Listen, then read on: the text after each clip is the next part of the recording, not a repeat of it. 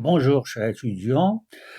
Dans cette séance, nous allons poursuivre la troisième partie du chapitre 2, réseau électrique. Dans la dernière séance, nous avons énoncé les lois de Kirchhoff, qui sont la base de l'étude des réseaux électriques, et nous avons montré la loi de Pouillet. Aujourd'hui, nous allons poursuivre par donner deux règles qui sont très utiles, à savoir la règle du point diviseur de tension et règle du point diviseur de courant.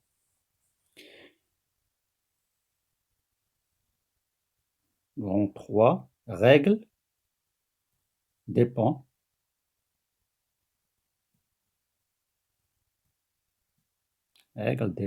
diviseur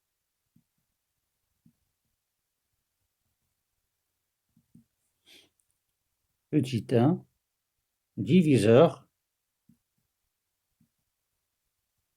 de tension.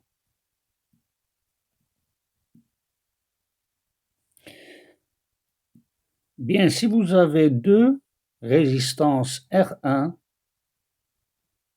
et R2 qui sont associées en série,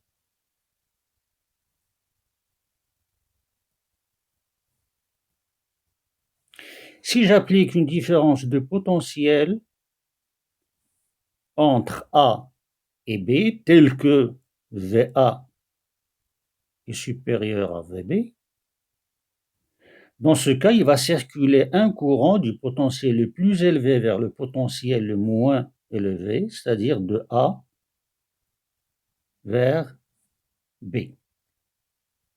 Et bien sûr, puisque les deux résistances sont en série, si j'appelle C le point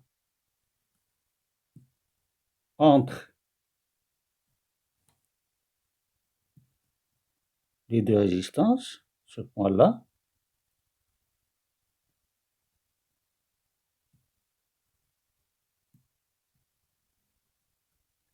eh bien, je peux dire que VA moins VB, c'est égal à VA moins VC plus VC moins VB, qui est égal VA moins VC, c'est la différence de potentiel au bord de la résistance R2, et puisque je parcours la résistance dans le même sens que le courant, j'ai le VA qui est supérieur à VC, donc c'est une différence de potentiel qui est positive, que je peux écrire R2 multiplié par I. Plus VC moins VB, de la même manière, j'ai le potentiel VC qui est plus grand que le potentiel VB, parce que le courant circule de C vers B, donc la différence de potentiel elle est positive et sera égale à plus R1 multiplié par I.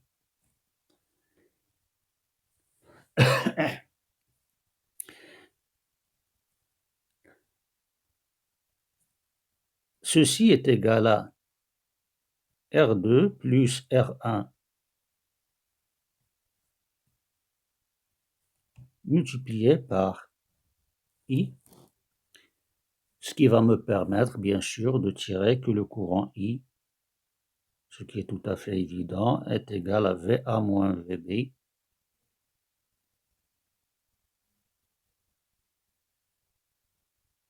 divisé par la somme des résistances R2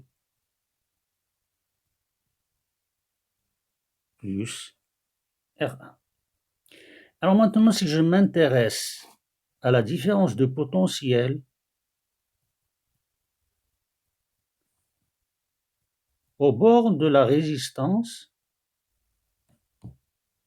R1, c'est évident que c'est une différence de potentiel qui sera une fraction, c'est-à-dire une partie de la différence de potentiel total VA moins VB. VC moins VB, il sera inférieur à VA moins VB. C'est une partie de VA moins VB. Donc, si je mesure la différence de potentiel aux bornes de R1, je vais avoir VA, plutôt VC, moins VB, qui est égal à R1, multiplié par le courant I. Et si je remplace le courant I par sa valeur, eh bien, ceci, ça va me donner R1 sur R2 plus R1 multiplié par VA moins VB. Donc, je vois bien que la différence de potentiel aux bornes de R1, c'est une fraction de la différence de potentiel total VA moins VB. C'est pourquoi on appelle ce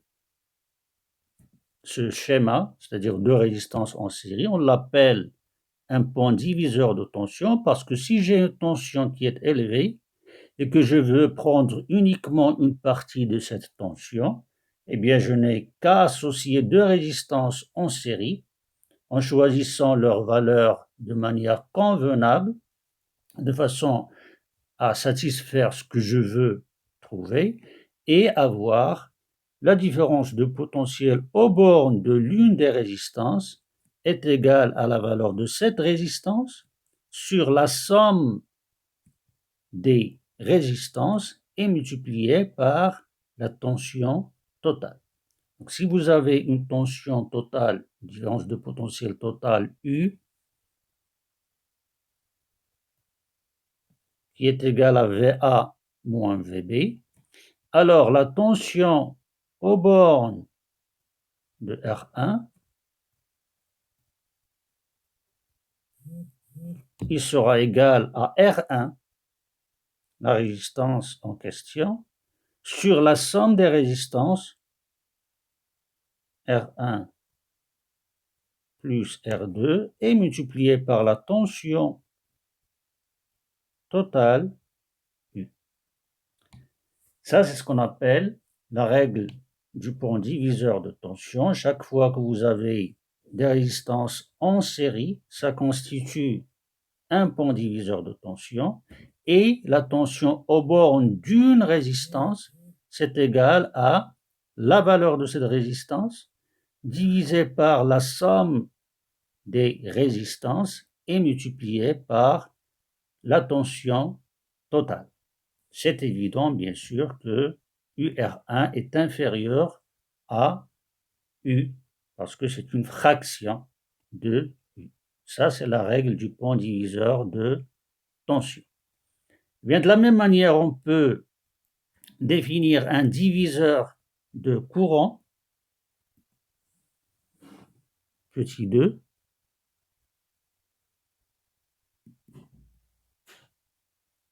diviseur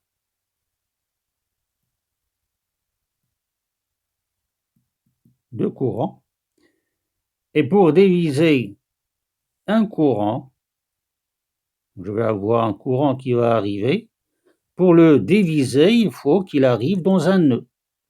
Il doit rencontrer un nœud que j'appelle A. Un nœud, c'est le point de croisement d'au moins 3 éléments, l'élément qui fournit le courant I, et puis deux autres éléments que je vais prendre comme étant des résistances.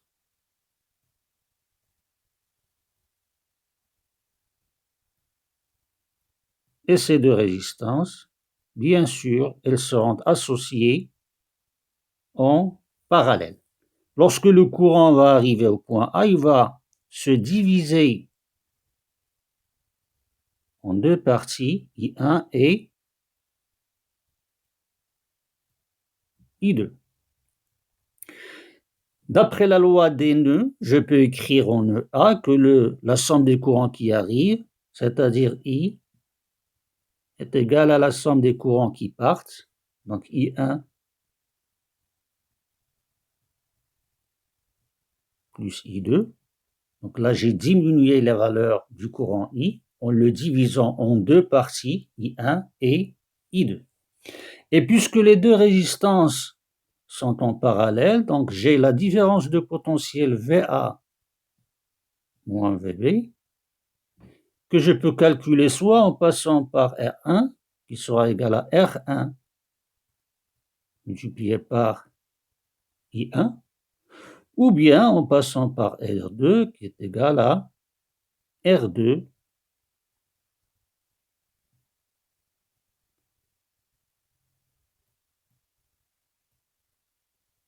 multiplié par I2.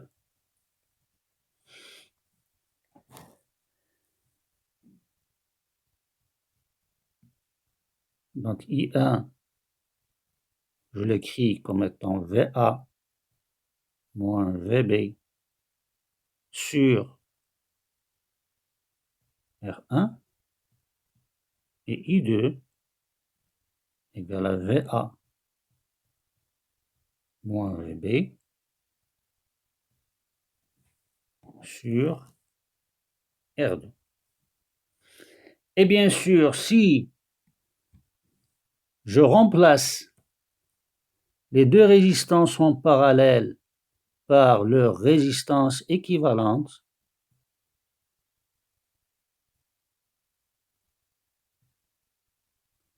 je vais avoir R équivalent tel que pour deux résistances en parallèle, la résistance équivalente, c'est le produit sur la somme. Vous avez 1 sur R égale à 1 sur R1 plus 1 sur R2, ce qui veut dire que la résistance est équivalente, c'est le produit R1, R2 sur la somme R1 plus R2.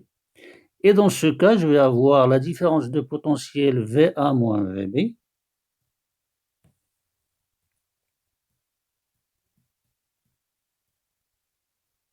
qui est égal à R multiplié par I qui est égal à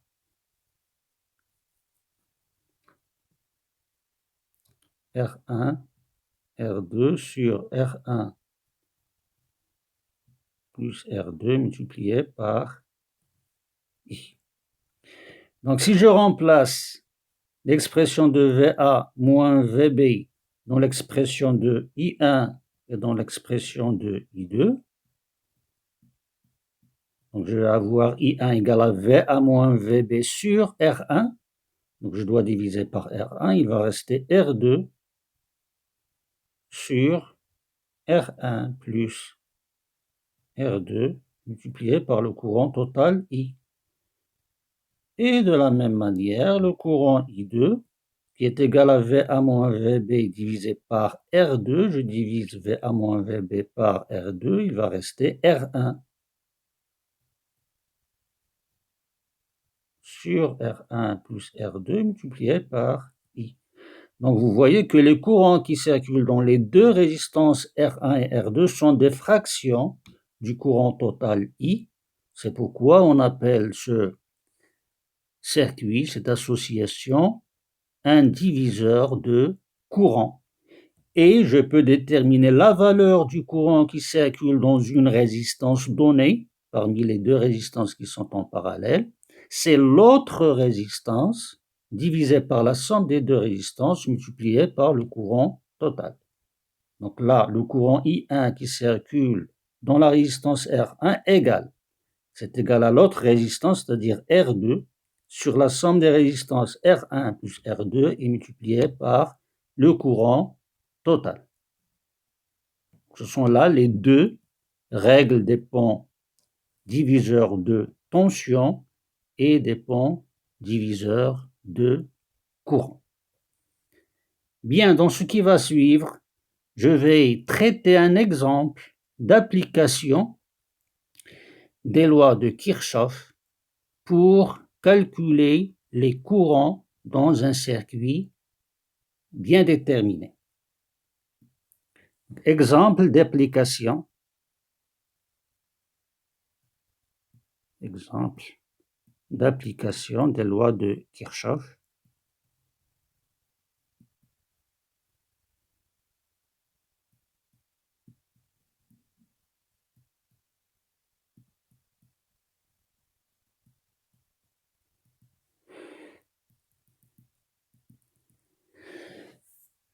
Et pour faire cette application, je vais énoncer quelle est la procédure qu'il faut suivre si vous avez un réseau que vous voulez étudier en appliquant les lois de Kirchhoff. D'abord, j'ai donné un circuit simple,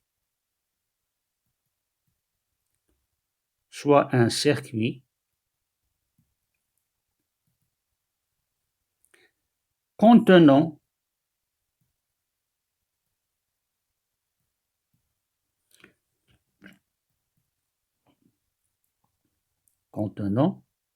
petit b branches. Donc le nombre de branches dans le circuit est petit b. Il contient aussi petit n nœuds. Donc petit n, c'est le nombre de nœuds qu'il contient. Et il contient petit m mailles. Le nombre de mailles global, c'est petit n. Bien, d'après la définition des branches, nous avons défini une branche comme étant une portion de circuit située entre deux nœuds consécutifs. Les éléments constituant une branche sont en série, donc ils sont parcourus par le même courant.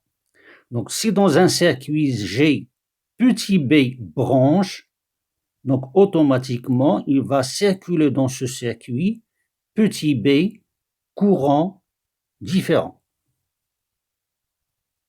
Ceci, ça implique qu'on aura petit b courant différent qui circulent dans ce réseau, ou bien dans ce circuit.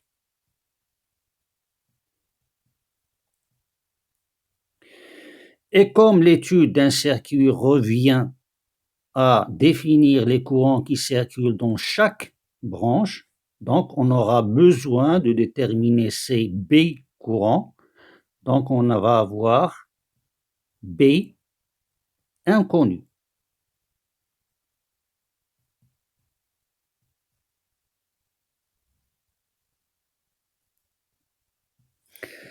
Et si vous avez un système avec B inconnu, pour pouvoir le résoudre, vous avez besoin de petit b équation. On aura donc besoin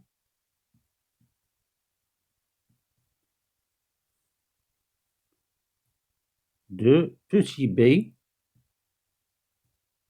équation indépendante, bien sûr. C'est-à-dire, il ne faut pas que l'une soit combinaison linéaire des autres. Il faut que les équations soient indépendantes. Comment obtenir ces équations? Eh bien, on va les obtenir en appliquant les lois de Kirchhoff, c'est-à-dire les lois des nœuds et les lois des mailles. Alors, loi des nœuds.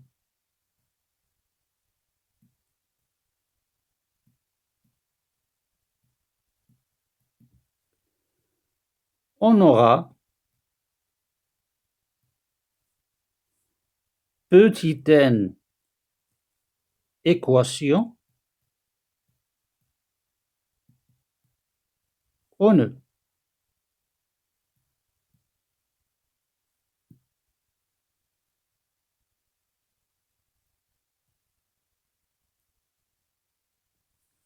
Puisque nous avons petit n nœuds, à chaque nœud, on peut écrire une équation en nœud, donc le nombre total des équations qu'on peut écrire, c'est petit n.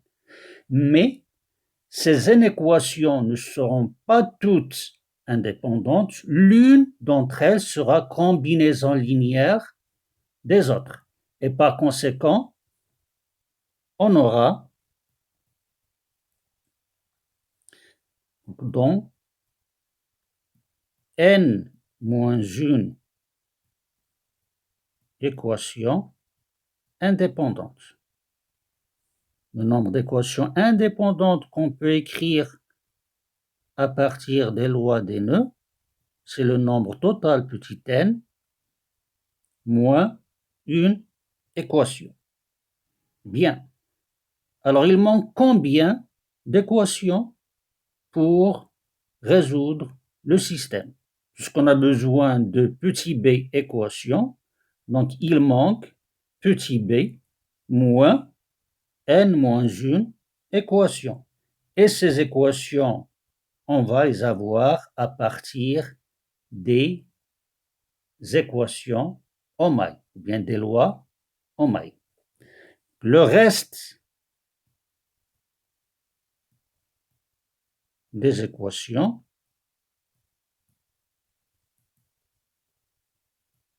c'est-à-dire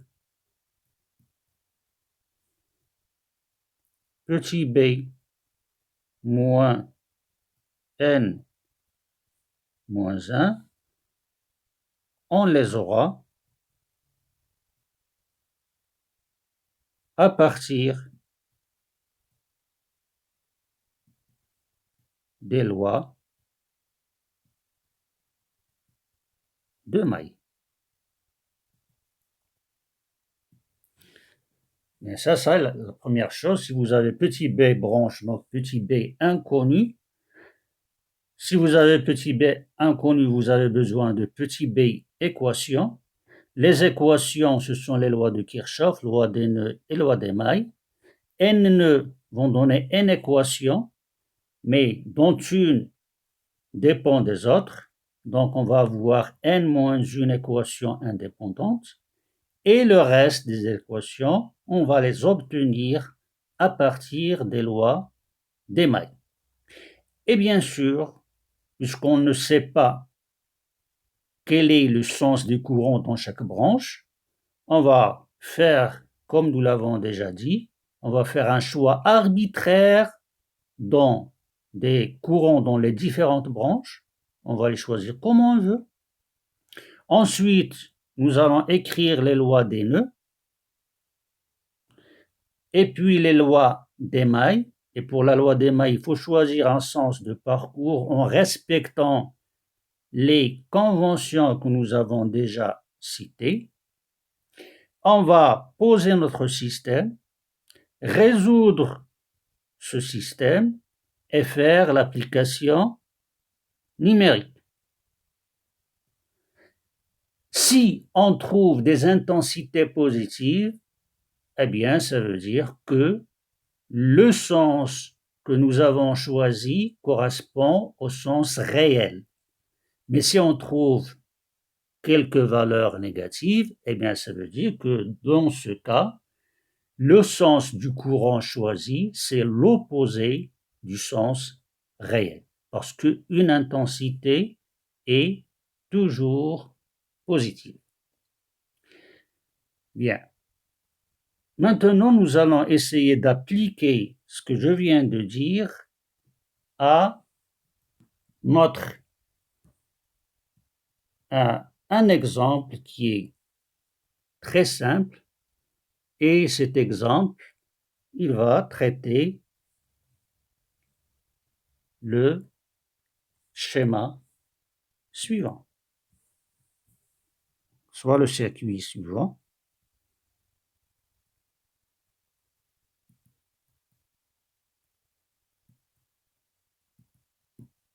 C'est un schéma qui est très simple, constitué par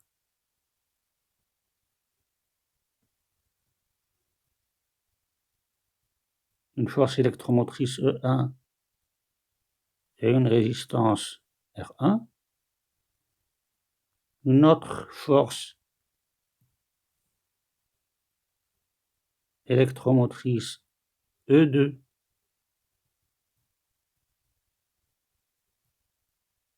avec une résistance R2, sa résistance interne, et puis une résistance grand R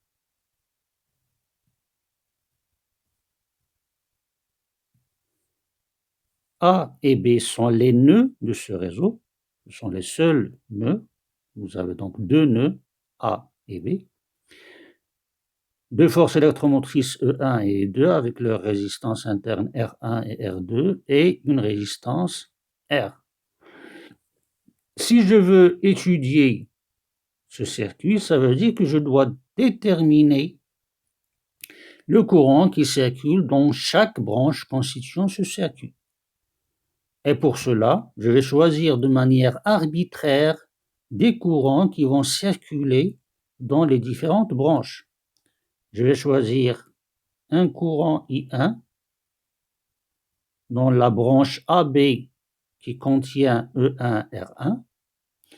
Ensuite, je vais avoir un autre courant I2, je vais choisir comme ça, par exemple, dans la branche AB contenant E2 et R2, et là, dans la résistance R, je vais choisir un courant qui circule de A vers B et qui s'appelle I. J'ai donc trois branches qui constituent ce circuit, donc trois courants différents que j'ai appelés I1, I2 et I, et dont le sens est choisi de manière arbitraire. J'ai deux nœuds, A et B, et j'ai une maille, deux mailles et trois mailles. La première maille, c'est la maille contenant E1, R1 et R. La deuxième maille, c'est la maille contenant E2, R2 et R. Et la troisième maille, c'est la maille périphérique qui contient E1, R1 et E2, R2. Après avoir choisi les courants dans les différentes branches, je peux écrire les lois des nœuds. J'ai combien de nœuds? J'ai deux nœuds, A et B. Donc, les équations que je peux écrire, loi des nœuds, au nœud A, l'équation que je peux écrire, c'est la somme des courants qui arrivent. Les courants qui arrivent, c'est I1 plus I2 égale la somme des courants qui partent. Et le courant qui part, c'est I. Si je prends le deuxième nœud, B, la somme des courants qui arrivent, c'est I, égale à la somme des courants qui partent, c'est I1 plus I2. En regardant ces deux équations, je constate qu'en fait, c'est une seule équation, c'est la même équation. Eh bien, ceci, c'est tout à fait prévisible parce que nous avons dit que si vous avez petit n nœuds, le nombre d'équations indépendantes qu'on peut obtenir, c'est n moins une équation. Dans notre cas, n est égal à 2, et par conséquent, le nombre d'équations indépendantes qu'on peut obtenir, c'est 2 moins 1 égale à une équation. Donc, c'est une seule équation en nœud. Pour la loi des mailles, pour les lois des mailles,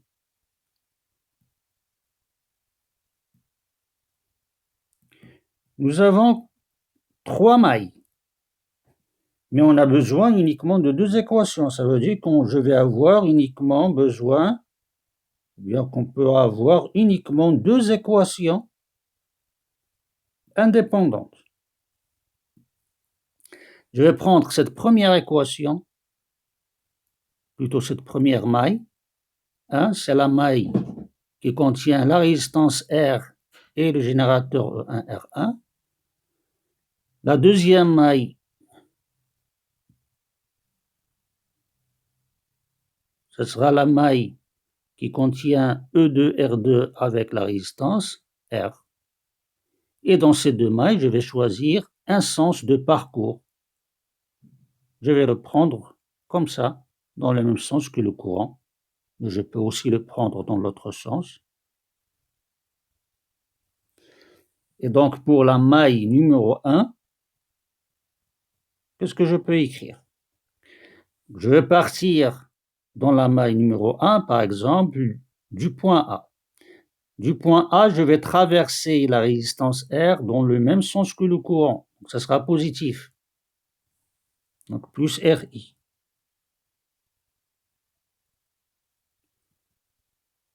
Ensuite, je vais entrer dans la force électromotrice E1 par la borne négative. Donc, ça sera moins E1. Parce que pour la force électromotrice, sans signe, c'est le signe de la première borne rencontrée. Ensuite, je vais rencontrer la résistance R1. Je vais la traverser dans le même sens que le courant I1, donc ça sera positif. Plus R1 I1 égale à 0. Pour la deuxième maille, je vais partir toujours du point A en suivant le même sens. Donc ce sera RI, toujours. Ensuite, je vais rencontrer le générateur de la force électromotrice E2 par sa borne négative, donc moins E2 et plus R2 I2 parce que je traverse la résistance R2 dans le même sens que le courant R2 égale à 0. Donc là, vous voyez que j'ai trois équations, une équation en E et deux équations en maille avec les inconnus qui sont I, I1 et I2. Je vais réécrire ce système d'équations. La première équation, je vais l'écrire I moins I1 moins I2 égale à 0. Dans la deuxième équation, je vais écrire R I pour la première inconnue. La deuxième inconnue plus petit r1 I1 égale E1. Pour la troisième équation, c'est grand R I plus R2 I2 égale à E2. Ça, c'est un système que normalement je peux résoudre sans problème. Vous avez plusieurs méthodes. Vous pouvez utiliser la méthode de substitution, par exemple, écrire que I est égal à I1 plus I2, remplacer dans les deux autres équations, ensuite exprimer I1 en fonction de I2 et remplacer dans l'une des deux équations pour faire la résolution. Ou bien, il est plus simple d'utiliser la méthode des déterminants. Et dans ce cas, comme vous le savez, on peut écrire le déterminant de ce système, delta égale, c'est un déterminant 3, 3, dans lequel je vais mettre les coefficients des trois inconnus, I, I1 et I2. Alors pour I, j'ai pour la première équation 1, R et R. Ça, ce sont les coefficients de la première inconnue I. Pour la deuxième inconnue, I1, j'ai moins 1 dans la première équation. Petit r1 dans la deuxième équation et 0 parce que je n'ai pas de I1 dans la troisième équation. Pour la troisième inconnue I2, j'ai moins 1. Ensuite, 0 parce que la deuxième équation ne contient pas de I2. Et R2 pour la dernière équation. Je calcule ce déterminant, je peux le calculer de plusieurs manières. Je peux par exemple développer par rapport à la troisième colonne qui contient le 0. J'ai donc moins 1 multiplié par R1, R, moins R1, grand R. Ça en développant par rapport à la première ligne et la première colonne. Voilà. Vous avez moins 1 multiplié par 0, et puis moins R1R, avec le signe moins 1, ça fait plus. Ensuite, moins 0 multiplié par ceci, ça va donner 0, et plus R2, et R2, je vais multiplier par R1 plus grand R. Ça, c'est l'expression de delta que je peux aussi écrire comme étant R1 grand R plus R2 grand R et plus R1 R2. Ça, c'est la valeur de delta. Et puis ensuite, vous savez que pour résoudre, il faut, pour trouver les différents inconnus, il faut calculer le déterminant correspondant à chaque inconnu en remplaçant la colonne correspondante par la colonne des résultats qui contient les valeurs 0, E1 et E2. Donc on ne va pas faire le calcul de tous les courants, je vais me contenter de calculer le courant I. Par exemple, delta I,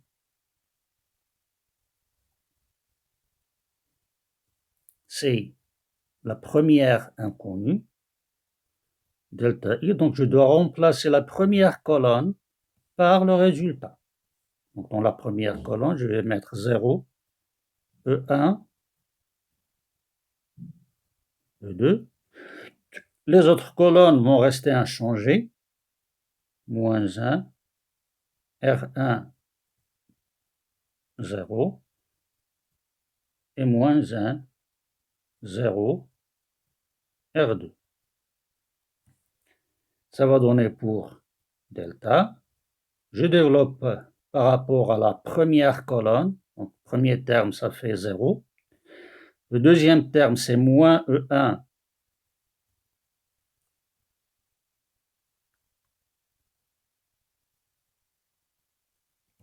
C'est moins E1 que je dois multiplier par moins R2. Donc, ça fait plus E1 R2 moins 0. Et puis le dernier, ça fait plus E2 que je dois multiplier par moins 1 fois 0, moins 1, donc plus multiplié par R1. Et donc le courant inconnu I qui circule dans la résistance I,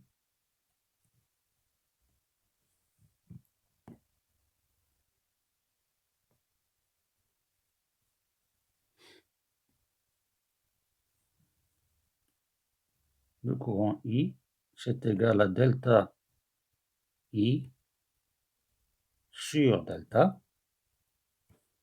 et ça va s'écrire E1 R2 plus E2 R1 sur delta, c'est R1 grand R, plus R2 grand R, et plus petit R1, petit R2. Ça, c'est le courant I qui circule dans la résistance R. Bien sûr, pour trouver les courants I1 et I2, on peut procéder de la même manière et faire le calcul qui va vous donner les résultats. Donc, je répète ce qu'il faut faire. Si vous avez un circuit, il faut choisir arbitrairement les courants dans chaque branche, de manière arbitraire. Ensuite, vous écrivez la loi des nœuds. Si vous avez petit n nœuds, donc vous allez avoir n moins une équation indépendante. Vous écrivez, vous complétez par les lois de maille. Le reste des équations, vous allez l'avoir à partir des lois des mailles. Vous allez poser votre système. Si vous avez petit b inconnu, donc vous allez avoir petit b équation indépendante et vous faites la résolution de votre équation. Ça, c'est la méthode classique, la méthode directe utilisant les lois de Kirchhoff. Il y a d'autres méthodes qui permettent de calculer les courants et surtout si on s'intéresse à des courants dans des branches bien particulières. Dans ce cas, on n'a pas besoin de connaître tous les courants qui circulent dans toutes les branches, mais uniquement dans une branche bien déterminée.